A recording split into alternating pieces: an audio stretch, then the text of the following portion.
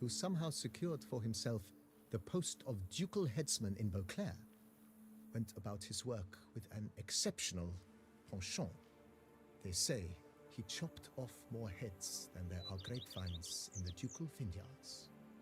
He never hesitated, not once, never sliced unevenly, never botched a job. For his exemplary service, the Duke granted him a title and this estate.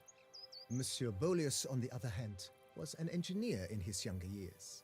Once retired, he settled here and took to producing wine. Sadly, misfortune struck and he lost his sense first of smell, then of taste. Additionally, he could not drink alcohol. His medic forbade it. Shame that. He gave up making wine? Not at all. He made even more of it. Began throwing wild balls to which he'd invite friends from far and wide in order to treat them to his wine and delight in the fact that at least someone could enjoy it. It's the sort of man he was, Monsieur Beaulius. Mind giving me a little tour de Corvo Bianco? Not in the least. Follow me, please. I think it would be practical to begin on the hill.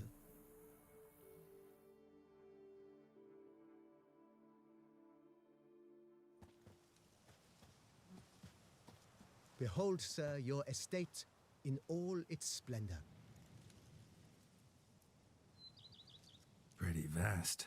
Indeed. And now, sir, allow me to show you a handful of interesting details. Follow me, please. Been a major domo all your life? Yes, I come from a long line of major domos. My father was a major domo, as was my grandfather before him, as was my great aunt. In fact, she was the one to start the tradition. Great aunt? A hard woman. It is said that already as a child, she knew where she was going and went there. When she arrived in Beauclair, she signed on as a chambermaid at one of the vineyards, then slowly worked her way up to major domo. She dragged the rest of the family up the same path. Me oh my! A witch fella! The servants' quarters. I occupy the green home. With the Duchess's permission, I have hired a full staff. Their salaries to be paid from the ducal treasury. Nice of her. Not the most sightly part of the estate, I admit. But I think it's worthwhile for you as master of the domain to know where the help stays.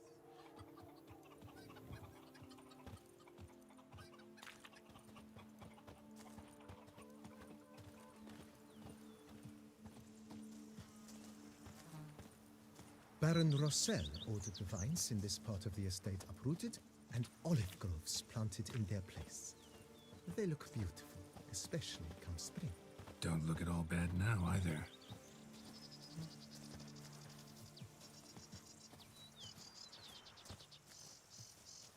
Down below lies your vineyard, where we grow a strain of Carfanere, one of the world's oldest. Aged in oak barrels, it provides for an exquisite wine with distinct blackberry, wild cherry, plum, and cinnamon notes. Marvelous. Have to try it one of these days. A man who dare not down some red is a Nice well. Picturesque. Yes, though it ran dry long ago. During the raucous feasts Master Beaulius held, he would order it filled with wine. There's a tale about a guest attending a Beaulius ball for the first time and thus unaware of the custom. He had suffered great heartbreak and had decided to end his life by jumping into the well. The festivities were coming to a close, and the well was nearly empty when the suicidal guest finally jumped. Instead of killing himself, he nearly broke his legs. To numb the pain, he drank the wine. Drank himself to death? Not at all. When found the next day, he had concluded he'd witnessed twin miracles. The water had been changed into wine, and he had survived. He retired to a monastery in the Dragon Mountains and began preaching the wisdoms of Lebioda.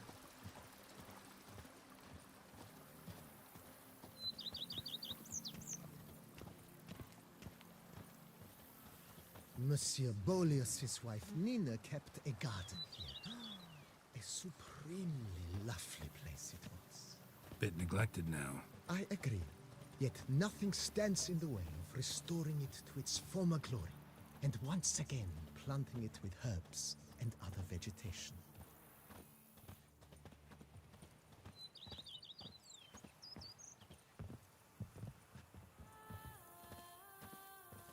Madame Nina planted diminutive, delicate flowers and herbs here. One might say their aroma still hangs in the air. You're quite the romantic, Barnabas Basil.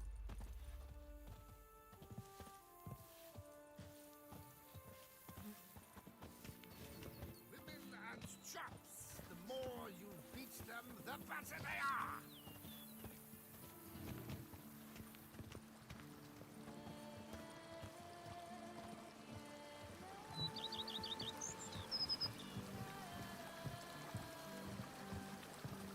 On knights errant? They're so heroic, we had to summon a witcher to do their work. This served as an additional wine cellar in years of plentiful harvests. Bit of work and it'll make a fine stable for Roach.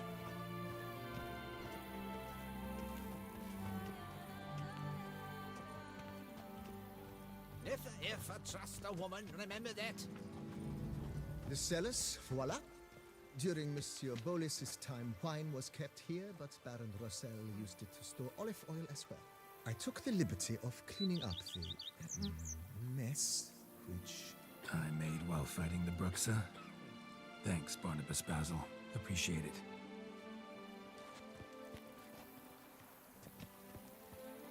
Every single lady keeps a devil somewhere shady.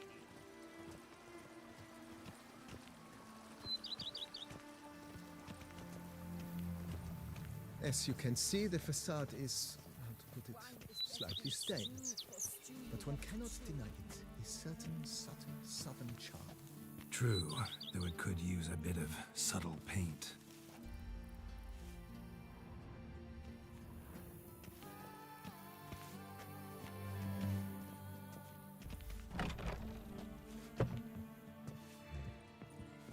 And welcome inside. On the left is the master bedroom. On the right, the dining hall and kitchen. Upstairs, you shall find the guest room, currently used for storage. Not a bad idea. At the moment, the house is only minimally furnished. Yet I believe we will, together, devise some innovative arrangements. A few paintings, for instance, would breathe new life into the abode immediately. With that, sir, you've seen the full lay of the land. Corfo Bianco is a beautiful estate. Though one must admit, time has taken its toll. If, forgive me for being forward, but if you were to choose to invest a small sum towards its beautification, consider me at your service on the matter. Think I'll take you up on that. Be sure to come and see you if I decide to do any remodeling.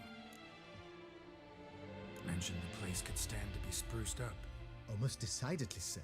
The question is where you would like to begin this rejuvenation. Been thinking about the outer walls. Maybe a fresh coat of paint or some patching. If I might dare to make a suggestion, why not start with a general renovation? I once oversaw such work at Admiral Rompelli's summer residence. The effects were simply breathtaking. Not only did the residence positively sparkle afterwards, but we also made room to display the Admiral's armor and weapons, of which he was a passionate collector. It's in your hands then.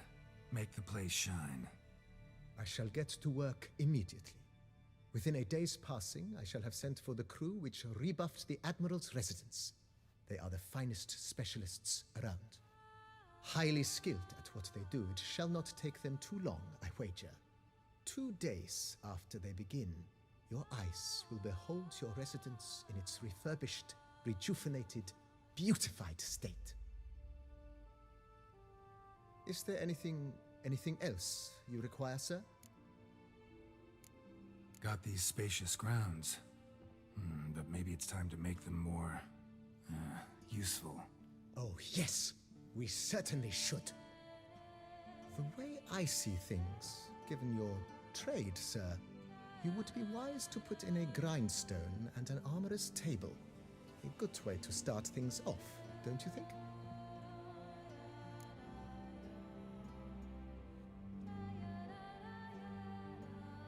My armor needs work from time to time. You know, oil this, reinforce that. Could use a decent work table where I could do all that. Admiral Rompali once hired a specialist who made the finest armorer's tables this side of the Yaruga. I will contact him at once. Good. Order me up a table like that. Immediately, sir. I expect it will take at most 1 day to arrive. Will you be needing anything else, sir? In my trade, my blades get dull pretty quick. Could use a grindstone, professional grade. Of course. No one would consider that an unnecessary extravagance, I would wager. Then send out for one, please. A high-quality stone to be set up in the yard. Of course. I shall send a runner to town at once. I believe you shall be grinding to your heart's content by tomorrow. Will you be needing anything else, sir? Know what? Changed my mind. Not in the mood to talk about redecoration today. But I wanted to ask you something else. I shall be glad to answer your every question, sir. Thanks. Gotta get back to my business now. See you soon.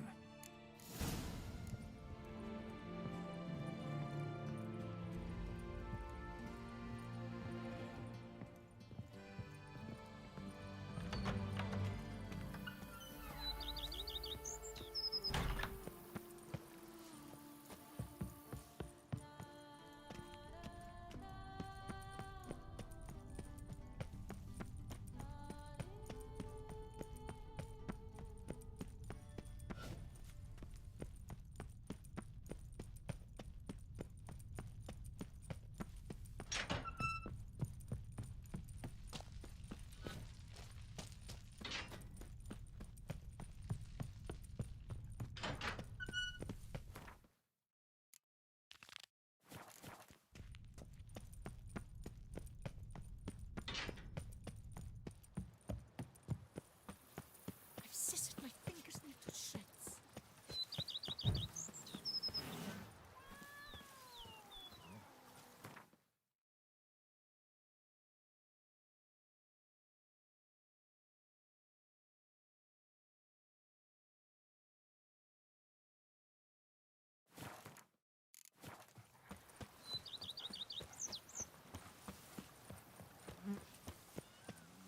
Wine is better than stew. For stew you have to chew. If thy lips don't stink of wine, my wife will...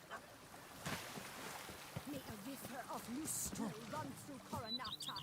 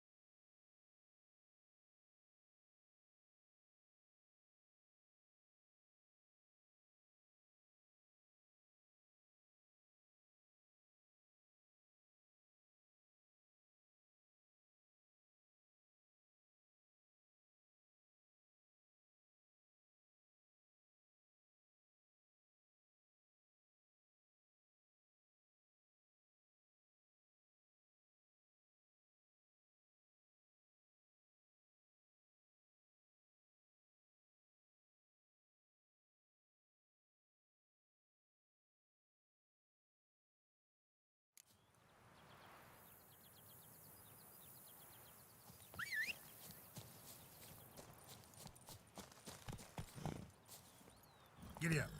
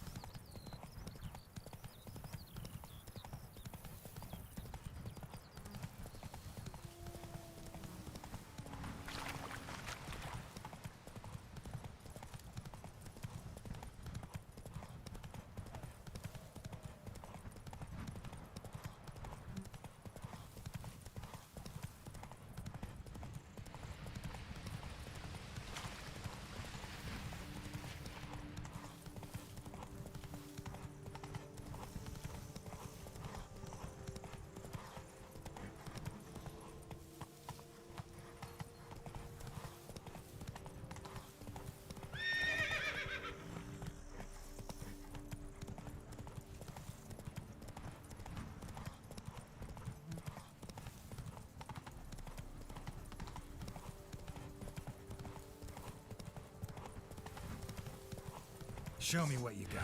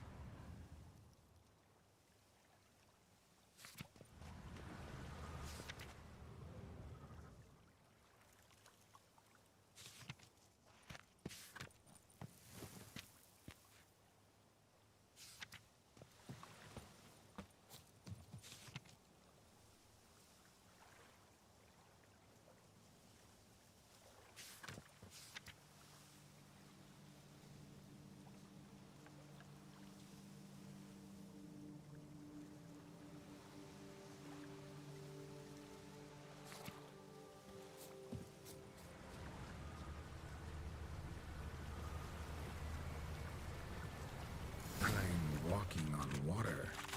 Just like... Like who? like a pond skater. Who are you thinking? No matter. I suppose you thought nothing else in life would surprise you, eh? Wrong.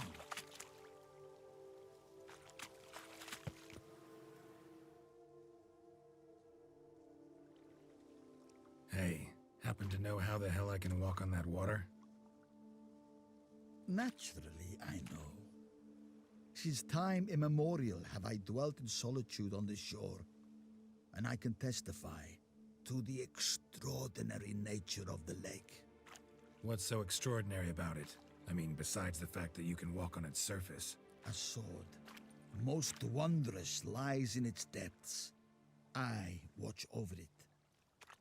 The blade may be grasped solely by one who possesses the 5 chivalric virtues. Folk call me a lot of things, but virtuous? I don't know. Yet I do know, for I know who you are. To acquire the sword, you must first convince me you are worthy. The inscriptions on the stones describe the 5 virtues: valor, honor, wisdom, sympathy, and generosity. During your time in Tucson, you can prove these virtues dwell in your heart. In this world, there are many in need. They will help you prove your chivalry.